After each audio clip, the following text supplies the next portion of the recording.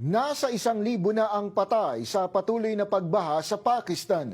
Humihingi na ng tulong ang gobyerno dahil mahigit kalahati na ng kanilang buong bansa ang lubog na sa baha. Narito ang report. Daan-daang mga Pakistani ang inairlift na dahil sa patuloy na pagtaas ng tubig baha.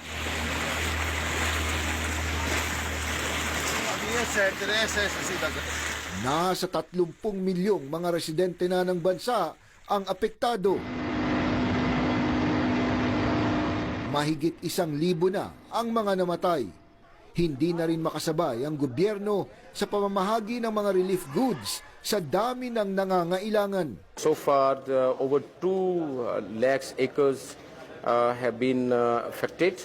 Moreover, more than 20,000 houses have been damaged, and more than 6 lakh acres standing crops have been damaged in this calamity. Sa pagtataya ng Pakistani government, mahigit kalahati na ng buong bansa ang lubog ngayon sa baha. Apparently, it's very bad. Because we are still having a very high level of flood right now.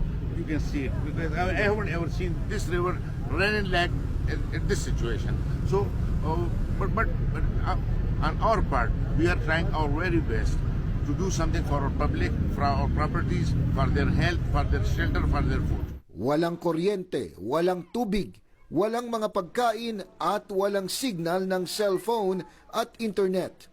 Humihingi na ng tulong ang Pakistan sa international community.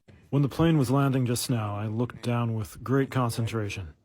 It looked like the angry waves of the River Indus had spread across the whole region.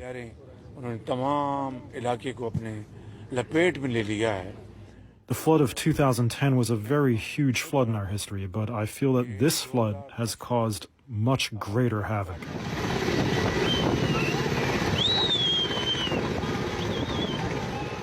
Sa ilang probinsya ng Pakistan, patuloy na mabilisang isinasalba ang buhay ng mga naiipit sa tubig baha.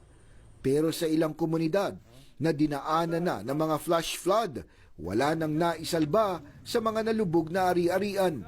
Tinawag ng Pakistan ang pagbang ito bilang isang climate-induced humanitarian disaster of epic proportions.